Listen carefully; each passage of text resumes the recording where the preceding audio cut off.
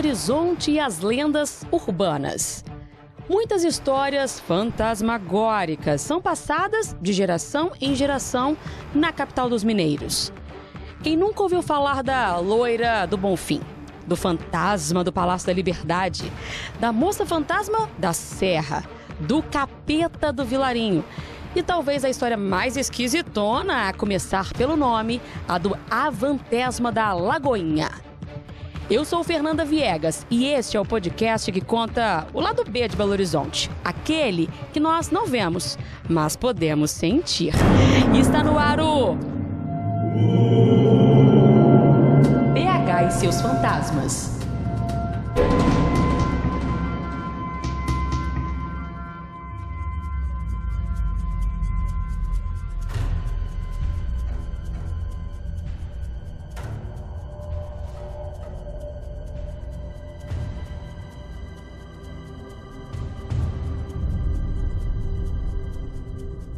Comigo ele, Fabrício Veloso. Oi, Fabrício.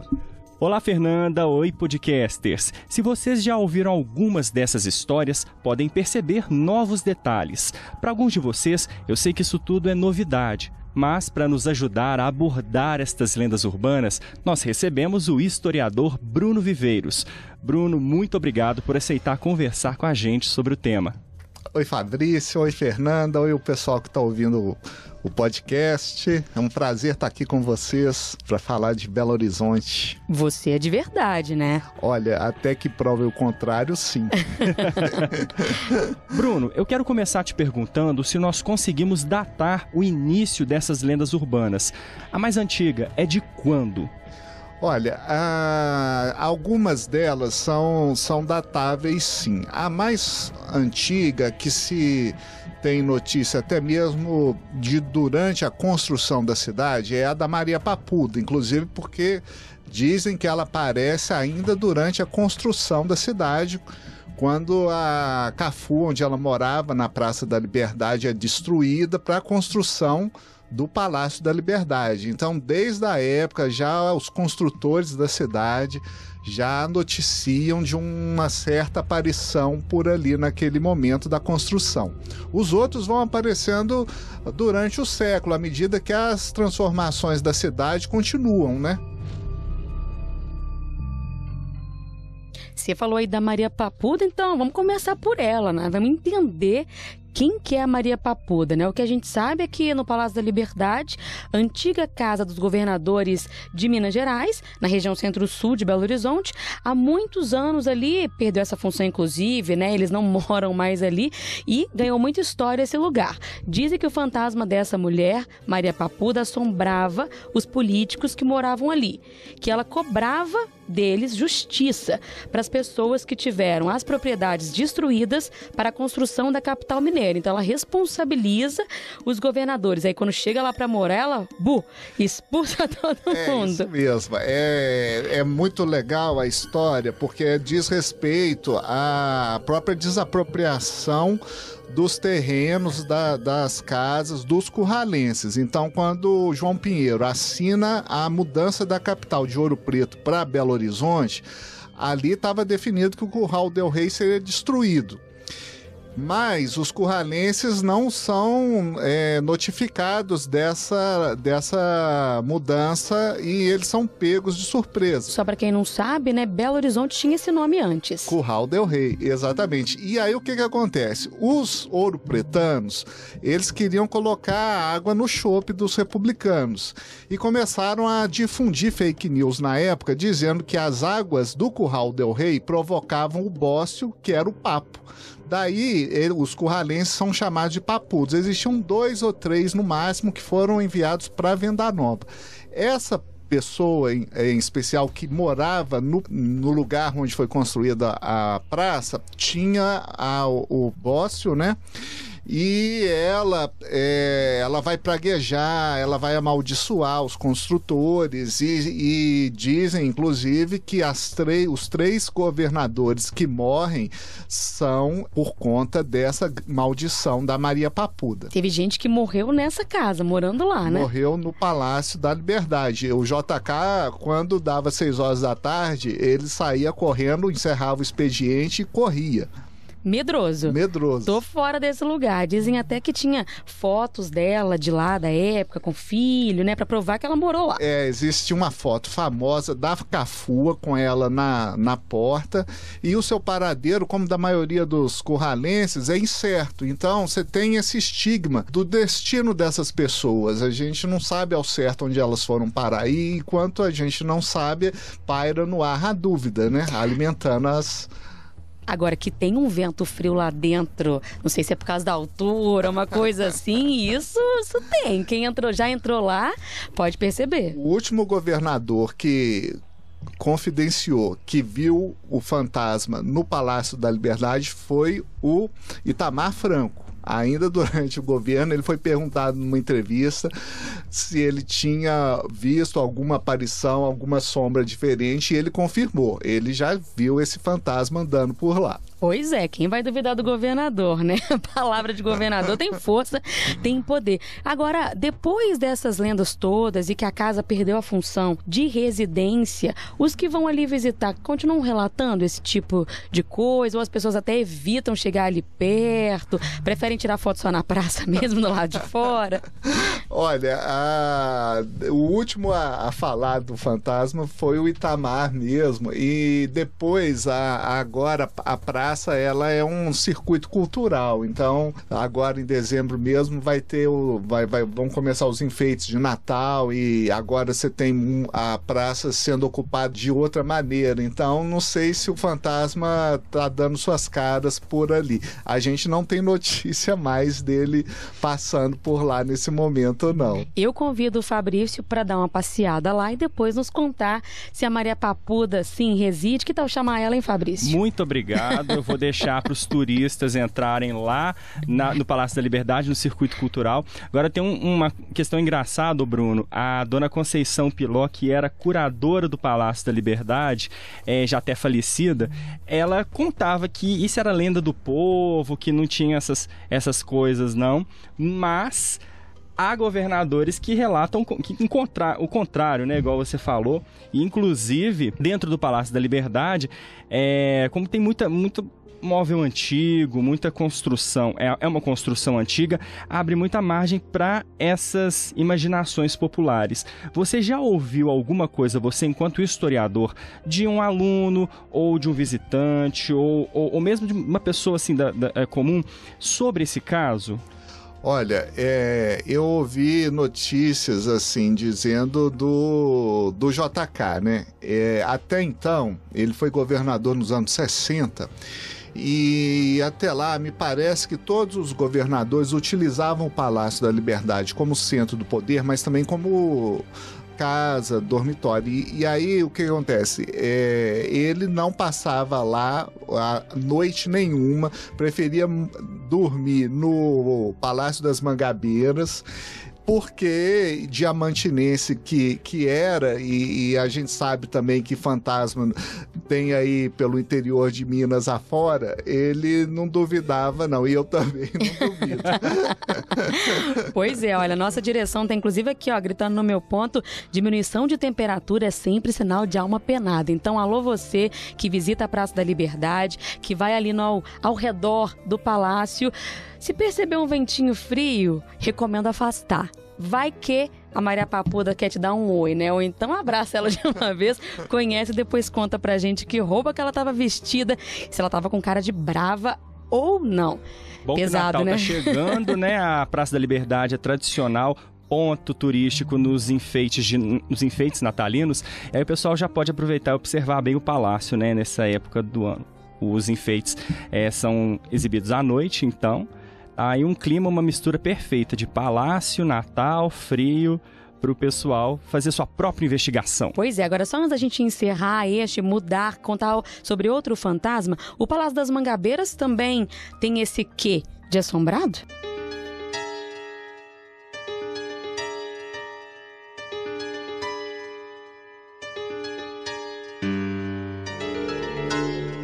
Olha, e aí eu já não sei, mas assim, existem ali, naquela região toda de Mangabeira, Serra, Santo Antônio, São Pedro, um clima meio estranho quando baixa esse frio, sim, né? Então, alguns anos atrás, aquela neblina, inclusive, proporcionava esse clima de suspense e as pessoas não se demoravam muito na rua.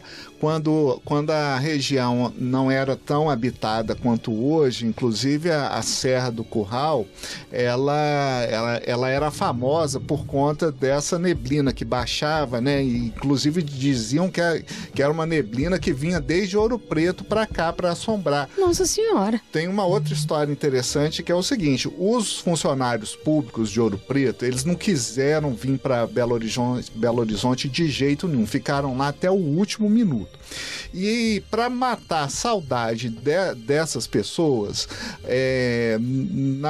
nos primeiras décadas do século, eles colocaram uma réplica do Pico do Itacolomi no meio da praça. Então era um monumento estranho, assim, mas que confortava os corações dos funcionários públicos de Ouro Preto. Então muitos vieram a contragosto, muitos preferiram ficar em Ouro Preto, e Belo Horizonte tinha como era uma cidade projetada, inclusive com ruas e avenidas muito largas, inclusive em comparação ao número de pessoas que vieram morar naquele início, então era uma cidade muito aberta, muito fantasmagórica, nesse sentido de você não ver pessoa andando na rua. Então era uma coisa de filme mesmo, de terror.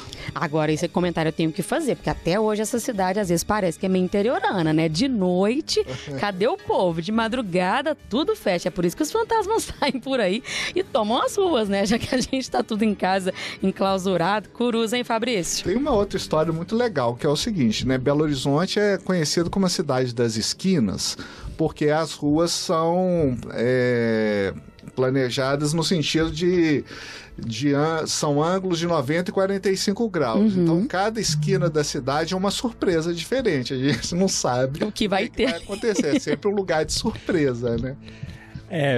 Do jeito que anda, né, a questão da violência, é preferível que a surpresa seja fantasmagórica, né, Bruno? Bom, agora falando a respeito da névoa, sobre essa fumaça que você descreveu aqui nas ruas da Savassi / Serra, a região centro-sul de Belo Horizonte, a gente sente aí um forte cheiro de dama da noite, jasmim, que toma conta do espaço quando ela está por perto. Eu estou falando da moça fantasma, que é descrita, inclusive, pelo poeta Carlos Drummond de Andrade, que, por sinal, completaria 120 anos se tivesse vivo. Essa moça é descrita como branca, longa e fria. Eu sou a moça fantasma que espera na Rua do Chumbo o carro da madrugada. E sou branca e longa e fria. A minha carne é um suspiro na madrugada da serra. Eu sou a moça fantasma. O meu nome era Maria. Maria que morreu antes. Sou a vossa namorada que morreu de apendicite no desastre de automóvel. Ou suicidou-se na praia e os seus cabelos ficaram longos na vossa lembrança. Eu nunca fui deste mundo. Se beijava, minha boca dizia de outros planetas, em que os amantes se queimam, no fogo casto e se tornam estrelas. Sem ironia. Morri sem ter tido tempo de ser vossa como as outras. Não me conformo com isso. E quando as polícias dormem em mim, e foi a de mim, meu espectro itinerante. Desce a Serra do Curral, vai olhando as casas novas, ronda as hortas amorosas. Rua Cláudio Manuel da Costa, para no abrigo Ceará. Não há abrigo. Um perfume que eu não conheço me invade. É o cheiro do vosso sono, quente, doce, enrodilhado, nos braços das espanholas. Oh, deixai-me dormir convosco. E vai. Como não encontro nenhum dos meus namorados que as francesas conquistaram e Cine beberam todo o uísque existente no Brasil. agora dormem embriagados. Espreito os carros que passam, com choferes que não suspeitam da minha brancura e fogem. Os tímidos guardas civis, coitados, um quis me prender. Abri-lhe os braços, incrédulo, me apalpou. Não tinha carne. E por cima do vestido, e por baixo do vestido, era a mesma ausência branca. Um só desespero branco. Podeis ver, o que era corpo foi comido pelo gato. As moças que ainda estão vivas hão de morrer, ficai certos. Tem medo que eu apareça e lhes puxe a perna. Engano. Eu fui moça, serei moça, deserta, per omnia secula. Não quero saber de moças, mas os moços me perturbam. Não sei como libertar-me. Se o fantasma não sofresse, se eles ainda me gostassem e o espiritismo consentisse, mas eu sei que é proibido. Vós sois carne, eu sou vapor. Um vapor que se dissolve quando o sol rompe na serra. Agora estou consolada. Disse tu do que queria. Subirei àquela nuvem, serei lâmina gelada. Cintilarei sobre os homens. Meu reflexo na piscina paraúna. Estrelas não se compreendem. Ninguém o compreenderá.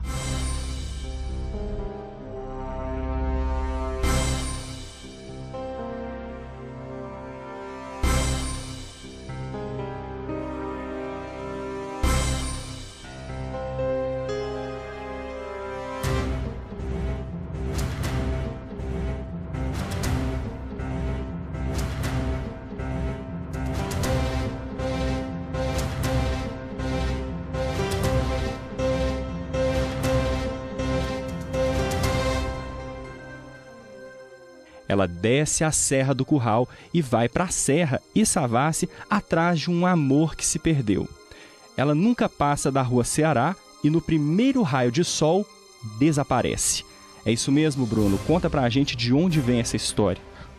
Olha, se tem uma coisa que eu não faço é duvidar da palavra de poeta, né? E o poeta Carlos Drummond de Andrade, que era natural de Itabira, outra cidade aí do interior que tá aí cheia de mistérios, né? Como a própria Diamantina, e ele vem para Belo Horizonte para estudar e conheceu a cidade nos anos 20 e 30. E o que acontece é que, além de funcionário público, além de jornalista e poeta, ele tinha um olho que não deixava passar nada. Se ele viu essa fantasma descendo com a neblina da serra, provavelmente ela pregou um susto nele. E o poema lindíssimo, né, que ele vai publicar, vai falar desses amores furtivos, dessa relação do amor, a personagem que morre esperando o amor da vida dela e que ela é trocada, né? A gente vê nos versos todas, também há um ressentimento da parte da personagem, né? E aí a gente não sabe exatamente se ela se transfigurou das páginas do poema para a realidade ou o contrário. Mas o caso é sério, e a personagem, ela, para quem não se lembra, o pessoal aí de casa, é possível ver muitas fotos da Belo Horizonte antiga com esse tom de mistério, né?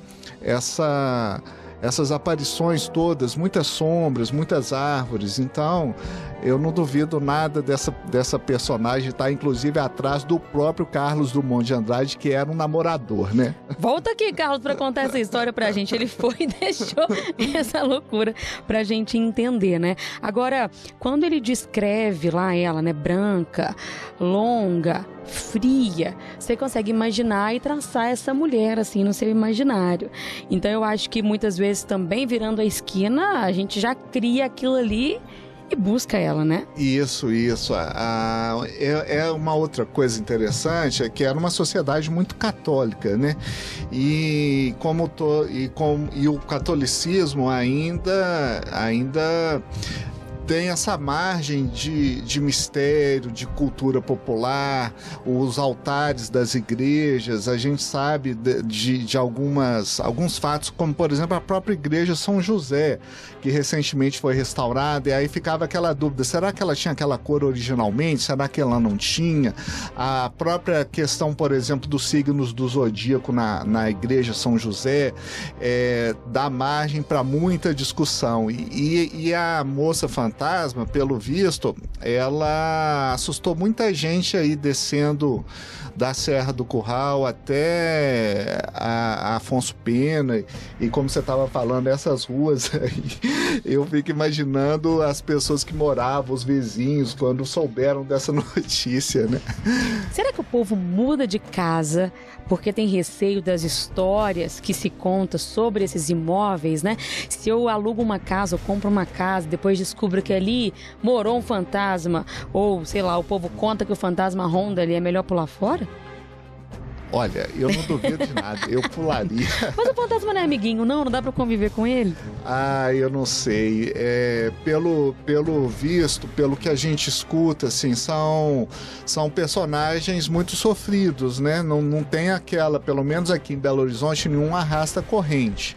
Mas a gente vê que existe uma insatisfação muito grande, existe uma dor, né? Um trágico sempre acompanhando esses personagens todos que vão assombrar Belo Horizonte, né? Vamos trocar então de fantasma, Fabrício? Conta outro pra nós aí. Vamos falar então de fantasmas sofridos, igual você relatou há pouco, Bruno. Uma das lendas urbanas mais conhecidas de Belo Horizonte, a Loira do Bonfim, né? Eu vou te contar o que eu sei dessa história e você complementa pra gente. É a história de uma mulher loira, muito bonita e insinuante, sempre vestindo roupas brancas. Ela pedia carona de madrugada para os taxistas até o bairro Bonfim, que fica na região noroeste de Belo Horizonte. Há relatos de que o horário era bem específico, 2 horas da manhã. Quando eles chegavam até o endereço, a loira sumia misteriosamente. De repente, quando os motoristas percebiam, estavam de frente ao cemitério do Bonfim. Essa mulher seria uma noiva que foi deixada no altar entre os anos 40 e 50 e acabou se suicidando devido à desilusão amorosa e à vergonha por tudo que ela e a família tiveram que passar. Então, a partir daí, o espírito dela dizia-se dono do cemitério do Bonfim e guarda esse cemitério com unhas e dentes. Isso porque, em vida, a mulher era muito possessiva e fascinada pelos bens materiais. Complicado, hein? É muito complicado, né? O cemitério do Bonfim, ele é um dos primeiros cemitérios da cidade, e ali eram enterradas as grandes figuras da sociedade, entre outras pessoas. E é um cemitério com muita atração, muito atrativo, porque você tem ali mausoléus, você tem lápides, a arte funerária dos imigrantes italianos que chegaram para trabalhar na cidade, né? Então, o bairro do Bonfim, ele tem a sua história intimamente ligada ao cemitério. Até os anos 40, 50... o Bonfim, a Lagoinha eram os limites do centro da cidade. Então, onde há limite, a mesma questão da esquina, né? Ali era o subúrbio. E a partir dali, quando você tem os limites da Avenida do Contorno, já são áreas inóspitas. Dizem que os motorneiros que trabalhavam na linha do Bonfim, ninguém queria trabalhar no último horário para não cruzar com a loura do Bonfim. E, de novo, é uma outra história muito trágica. São histórias de mulheres, de desilusões, onde esse sentimento de amargura, de decepção em relação ao outro, cria esse ressentimento todo em relação às pessoas, né? No caso do Bonfim, a gente vê, com o tempo, ele ainda mais... hoje ele faz parte de uma região muito deteriorizada da cidade. Então a gente vê aquelas fachadas de casas lindíssimas e que hoje já não tem grandes recursos para poderem cuidar das casas. E além disso, é uma outra questão, além do cemitério, é um bairro da zona boêmia. E por ali passaram, então, policiais, você tem figuras de má fama, né, vamos dizer assim, você tem malandros, cafetões. E pessoas também que, de certa forma, em certa altura da noite ali, já não sabem muito bem o que é realidade, o que não é, né? Conseguir distinguir o que é a realidade e a imaginação. Tô vendo essa mulher, tô sonhando, né? Vou seguir ela assim mesmo. Agora, o cemitério do Bonfim sempre foi público? Olha, ele é um cemitério público, mas ele tem essa característica de ser utilizado até então por pessoas assim, de grande poder econômico. Então, assim, vários prefeitos, presidentes, pessoas da alta sociedade, e ali eles investem muito ali nas lápides, né? A arte funerária ali, você tem grandes artistas. A gente sabe, inclusive, o que seria em homenagem ao morto e o que é para mostrar para a própria sociedade. Que né? Tem grana, né? Que tem muita grana. Agora, a loura do Bonfim, ela tá no rol dessas figuras anônimas, né? Que a gente não sabe ao certo de onde que veio, qual é realmente a história. Então, a gente sabe uma história, por exemplo, de suicídio em Belo Horizonte até os anos 50, era história para ser capa de jornal, inclusive, né? Então dá pra gente rastrear a vida terrena dessa personagem aí. Agora, quando você citou essa questão do sofrimento e dessa realidade feminina da época muito difícil, e aí a gente consegue ir pro contexto, né? Onde as mulheres eram dependentes, onde se tinha a importância do casamento, onde ser deixada para a sociedade era um escândalo, e a mulher basicamente não sabia mais o que fazer da vida quando esse tipo de situação acontecia. Juntando a Loura do Bonfim com a Moça Fantasma lá da Serra, né? As duas histórias relacionadas a essa perda de amor, vamos dizer assim. São, e inclusive essa questão social, o papel social da mulher, que era educada desde o início para casar, ter filhos e ser uma mãe de família. Quando uma mulher perde essa oportunidade, ela perdeu o sentido da vida dela, né? Então, esses fantasmas todos, eles evocam muitas histórias que são histórias da própria cidade, da sociedade belo-horizontina, como elas viviam, seus preconceitos, seus valores, seus medos, seus anseios. Então é natural que uma mulher que vai se sentir desamparada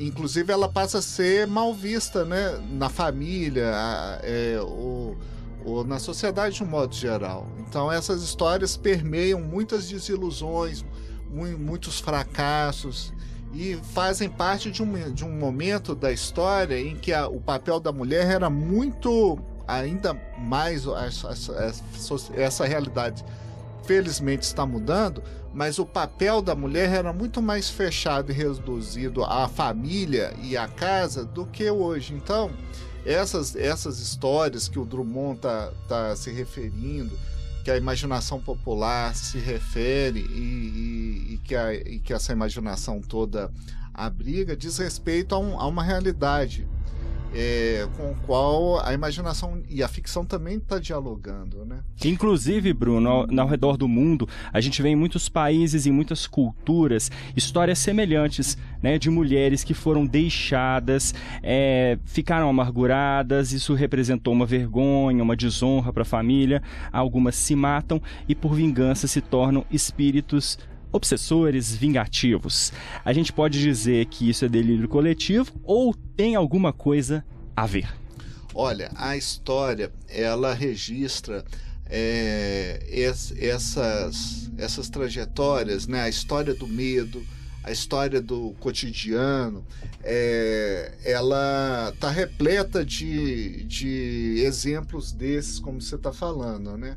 Então, por exemplo, os cemitérios, principalmente em Minas Gerais, então, por exemplo, existem histórias de mulheres que habitam o cemitério em Sabará, em Ouro Preto e Diamantina, como eu falei. E, no caso,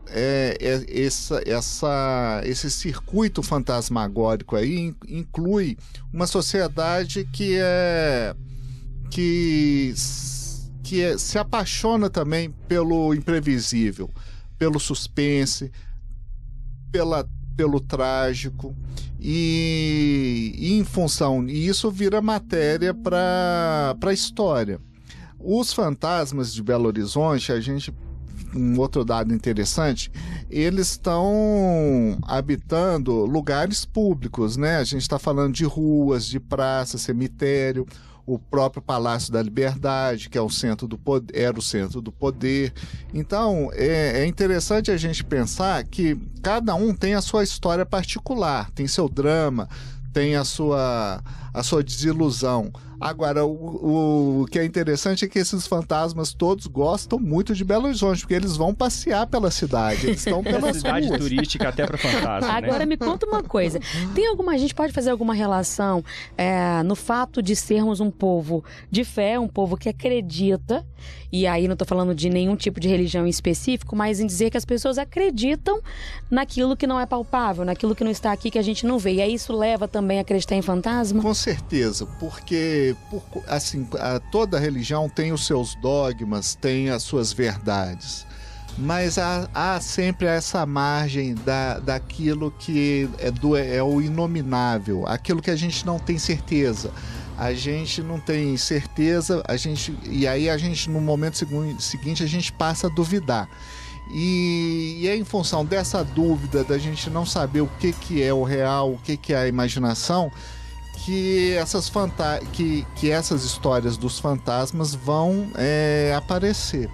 Então a gente vê, por exemplo, a questão, né? Cada um tem o seu bairro específico, a sua zona de atuação, inclusive as ruas onde a gente sabe que ele vai andar. Então esses fantasmas, eles estão mapeando não apenas a história de Belo Horizonte, mas os sentimentos dos seus habitantes, né? É interessante a gente pensar, uma fantasma vai aparecer porque ela foi expulsa do seu lugar. O outro vai falar dos amores não correspondidos. Você tem outros aí, a questão dos funcionários públicos e a necessidade de você materializar um pico do Itacolomi numa praça em Belo Horizonte que foi construída inclusive para negar os valores da antiga Ouro Preto. À medida que essa modernidade vai modificando hábitos, modificando costumes, esses fantasmas vão mostrar para a gente que existem ainda resistências nesse sentido. Então, por exemplo, a gente está aqui falando de uma sociedade que hoje já não existe mais. Então, a mulher que vai esperar o noivo na porta da igreja e ele de repente some. Hoje, a princípio, ninguém vai entrar em depressão porque terminou um noivado, uma relação duradoura que se esperava ser para a vida inteira.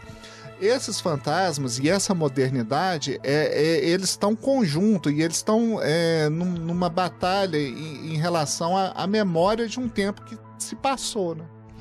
Agora, a gente continuando nessa região aí do Bonfim, da Lagoinha, vamos partir aí para essa região, mas pensar num outro fantasma, esse de verdade, complicadíssimo de falar até o nome dele, dá até medo mesmo. Avantesma da Lagoinha. Primeiro tem que entender o que significa avantesma, que palavra é essa, gente? O avantesma, ele tem esse nome porque ele seria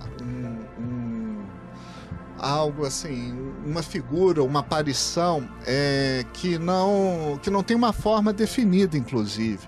A história dele é muito interessante, que diz a ver dessa modernidade, né? Então, o que acontece? O avantesma era um antigo motorneiro, ou seja, ele dirigia um... como é que chama, gente? Maquinista? Não, ele é o bonde. É o motorneiro do bonde. Historiador de vez em quando falta memória. Tranquilo. Mas aí o que acontece? A Lagoinha era um desses bairros, ele tinha uma característica muito especial, o bairro da Lagoinha, que era o seguinte, era um bairro de trabalhadores, mas também dessa boemia. Então, o cartão postal da Lagoinha era a Praça Vaz de Melo, que foi destruída nos anos 80 para a construção do complexo de viadutos da Lagoinha. Porque aquela região toda da Praça da Rodoviária, Guaicuru, São Paulo, é a zona boêmia. E com o aumento populacional, a rodoviária ali começa a criar muitos transtornos. Qual que era a solução? Era o quê? Criar os viadutos para facilitar o escoamento dos carros. E aí o que acontece? A mudança também dos antigos bondes para os trólebus e depois para as linhas de ônibus fez com que esses antigos trabalhadores perdessem literalmente seu emprego. E o Avantesma era um desses motorneiros e ele justamente vai habitar essa região da Lagoinha, onde os viadutos transformaram aquela região. E aí o que vai acontecer? Dizem que antes dele aparecer, um cheiro de enxofre toma conta do lugar. Jesus amado. Ele chora bastante, porque ele perdeu a vida após ser demitido, e ele não encontra mais lugar nessa cidade, porque justamente os bondes foram trocados por outras formas de conduta, de transporte. Então esse povo todo não desgarra de Belo Horizonte, né? Assim, eu perdi o que eu tinha aqui, não me conformo e foram ficando por aqui. Exatamente. E aí a gente pensa, o que é o bairro da Lagoinha hoje? Ele é uma ruína daquilo que ele foi no passado. Antigamente a Lagoinha era considerada a Lapa Mineira, porque era o lugar do samba, da malandragem, da contravenção. Então personagens como Cintura Fina, como de outros literários, como a própria Hilda Furacão do Roberto Drummond, várias cenas do livro se passam onde? Na Lagoinha. Dessas figuras que já não habitam mais. Então, se a gente pensa assim, Belo Horizonte tem 120 anos, é uma dificuldade muito grande para criar uma identidade. A Lagoinha tinha essa identidade, pelas fachadas, pela própria Praça Vaz de Melo. E aí, imaginem vocês o que é a destruição de uma praça que gera essa identidade toda. Foram criados sambas, Adeus Lagoinha, foi composta, inclusive, lamentando a perda desse lugar. E onde há perda, onde há morte, onde há memória, vai haver o quê? Espaço para essas aparições. Agora me fala uma coisa, tem muito a ver também com o povo mineiro, essa questão do apego, da dificuldade, da renovação, da troca, do novo? Exatamente, olha só, é uma história de desterramento. Então a Maria Papuda era curralense que teve que sair do lugar. Os funcionários de Ouro Preto não queriam vir para cá e foram forçados. Os antigos moradores da Lagoinha viram suas casas, suas fachadas sendo destruídas. E essa destruição, ela continua, porque se a gente for pensar bem, a construção dos viadutos foi nos anos 80. Para a Copa de 2014, o que aconteceu ali? Teve um alargamento da Avenida Antônio Carlos, e o que restou da construção nos anos 80 foi destruída, porque a avenida foi alargada, duplicada.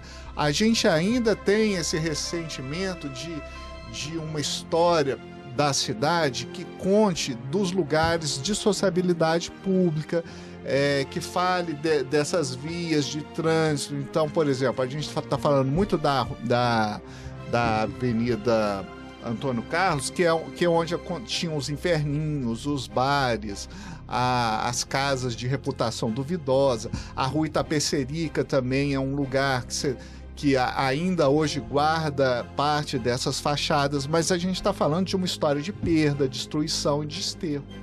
Ou seja, né, é difícil essa renovação, e corajosos foram estes aí mandatários que passaram por cima dessas opiniões, desses desejos, fizeram as transformações e agora convivem com os fantasmas. É o preço que se paga. Foi uma escolha, né? Foi uma escolha. Fabrício, tem mais bicho solto aí? Não falta bicho solto em Belo Horizonte. Aliás, a gente vai sair de fantasma, passa por Avantesma e vai até o capeta. Credo. Afinal de contas, misericórdia. O que é o capeta do Vilarinho, Bruno? Essa história deu um nó na minha cabeça. Olha, aí agora a gente começou a subir na hierarquia fantasmagórica. Tem isso, gente? Porque não é todo dia que um capeta aparece. Vai ser hoje não, né? Mas nesse caso aí, é o príncipe das trevas em pessoa. Ele vai aparecer num baile em Venda Nova. Nesse caso, ele é meu conterrâneo, porque eu nasci em Venda Nova. E o que vai acontecer? Gente, ele está contando com muito prazer, tá? Vocês não estão vendo o rosto dele, mas ele está contente falando dessa proximidade com o capiroto. Ele inclusive tinha nome próprio, Alex. Gente do céu. E aí o que acontece? Até os anos 80 e 90, Venda Nova era uma região da cidade que, aliás, é mais antiga que a própria Belo Horizonte, porque ela data da época do próprio Curral del Rei. Então a cidade vai crescendo, vai tomando conta, vai se metropolizando, e aí Venda Nova chega nos anos 80 para 90 como uma das regiões de Belo Horizonte. E lá na Avenida Vilarinho, esquina com a Rua Cascalheira, tinha uma quadra que era um espaço de lazer. Então durante a semana você vai jogar peteca, futsal, vôlei. Só que no final de semana o bicho começa a pegar, porque vai ter baile funk, vai ter samba, vai ter rock, vai ter dança, duelo. E numa dessas noites, onde estava sendo disputado um baile para saber quem eram os melhores dançarinos de Venda Nova, um forasteiro chega, pisa no salão e toma conta. Porque ele vai dançar, arrepiar o salão, todo mundo fica de boca aberta e ninguém estava esperando um concorrente de peso daquele. Venda Nova é nesse momento, então, o lugar de uma certa cultura musical que está ligada ao funk, ao hip hop, que muitas vezes não é bem visto pela chamada alta sociedade. Mas o que vai acontecer? Tá todo mundo lá e dizem, inclusive, que esse concorrente chega muito bem apensoado, bem vestido, de chapéu, sapato bicolor, suspensório e tudo mais. E ele vai dançando, conquistando, é ovacionado. Quando a galera pira de vez, começa a bater palma, ele se desconcentra e o chapéu cai. Quando o chapéu cai, todo mundo leva aquele susto, porque ele tem um par de chifres. Gente do céu! E aí o que acontece? O alvoroço tá completo, todo mundo sai atrás dele, dizem que ele entra, foge para dentro do banheiro, some numa nuvem de fumaça, aparece de novo na portaria, o segurança tenta agarrar, ele leva um chute, cai desacordado. No dia seguinte, Belo Horizonte inteira tá falando que um capeta invadiu um baile na periferia de Belo Horizonte. E as páginas policiais dizem que deu até no New York Times. Meu Deus do céu. Internacionalizou o capeta. Exatamente. E aí o que vai acontecer? Algumas pessoas mais tarde vão falar que ele conversou com algumas meninas, jogou um H em cima delas e que ele se chamava Alex, era louro, alto, bonito e que tinha tudo para ganhar o prêmio de melhor dançarino de Venda Nova quando escorregou. Foi desvendado. Apareceu, e aí aquela coisa, né? Não só quando ele se desconcentra de vez, aí você tem notícia de pé de bode, de rabo e tudo mais. Mas a gente falava que Deus é brasileiro, agora o capeta também? A gente sabe que, assim, Deus é brasileiro. Mas como diria Raul Seixas, o diabo é o pai do rock. E em Venda Nova, o funk é o pai do rock, é o pai do capeta, né? Dizem, inclusive, notícias aí, né? Numa publicação, o Celton, né? Um quadrinista, né, de Belo Horizonte. Né? Ele vai contar a história que, anos depois da aparição, o capeta volta para buscar seu filho de 13 anos, que iria completar 13 anos, e o Celton vai baixar em Venda Nova para evitar que a criança seja sequestrada e fosse parar no Quinto dos Infernos. E aí você tem uma sequência dessa história que aí, no caso, La Carmélia que tem que contar. Você sabe onde é esse Quinto dos Infernos, não, né, Bruno? Lá em Venda Nova, ela tem nome e sobrenome. É Avenida Vilarinho com Rua Cascalheira. Jesus! Quando a gente passar lá, tem que fazer o nome do pai, né? Exatamente. Agora, e esse livro que você escreveu, que aprofunda essa história, você teve com ele? Eu não tive com ele, não tive essa oportunidade. Eu tava morrendo de medo dele aparecer no dia do lançamento. Cobrar direitos autorais. Mas, felizmente, ele não apareceu por lá, não. Como é que chama o livro? O livro chama Venda Nova e é da coleção Cidade de Cada Um, da editora Conceito. E fala dessas e outras histórias e personagens, né? A Venda Nova, ela, assim como toda a região aqui de Belo Horizonte, ela vai viver em função, né, da sua história, mas também da sua imaginação. Venda Nova e Belo Horizonte acabam sendo aquilo que a gente fala delas, né? Então, se a gente está aqui falando de fantasmas, capetas, é porque eles existem, né?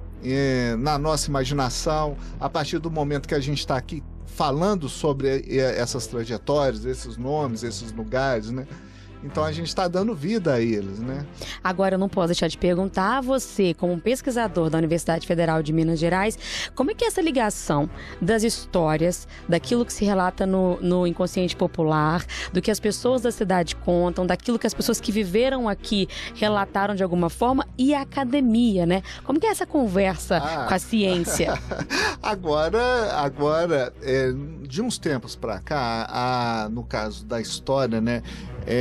Você tem uma nova história sendo contada a partir dessas experiências, né? Então, muito se falava da história como um registro da passagem do homem pelo tempo, mas que homem era esse, né? Era em sua maioria homens brancos da elite, então era uma história muito do poder, da política, que vai dialogar com essa sociedade de um modo geral.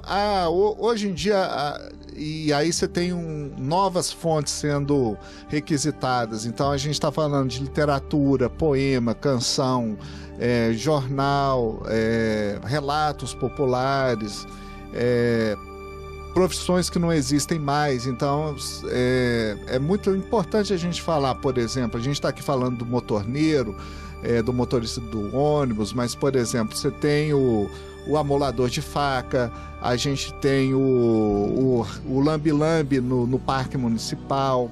Então a história ela se democratiza e ela vai abrigar esses personagens que não estão no círculo do poder. O Ferreira Goulart, ele tem um poema chamando a atenção para isso.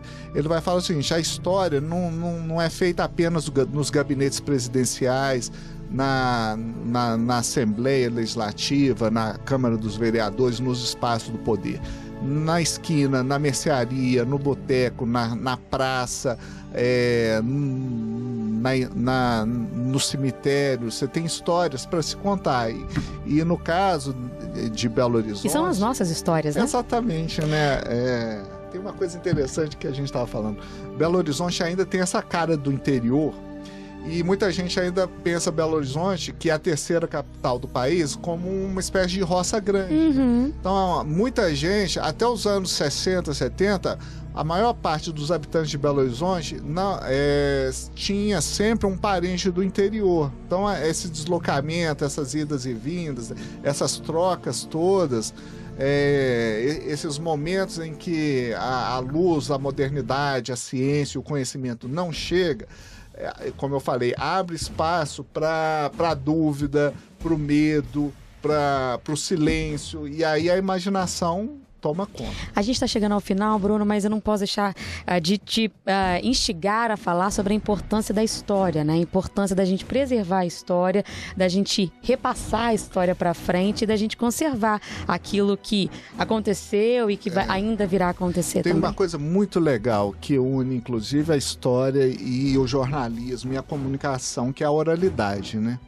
Então, a gente está falando de fatos, eventos, personagens, episódios da história, que não necessariamente vai ter a fonte, o documento, né? Então, até bem pouco tempo atrás, quando a gente fazia história, a primeira questão que se perguntava é: qual é a sua fonte? Hoje, essa noção de fonte histórica se alarga e se democratiza. E a importância da cultura popular, da oralidade, ela ganha muita força.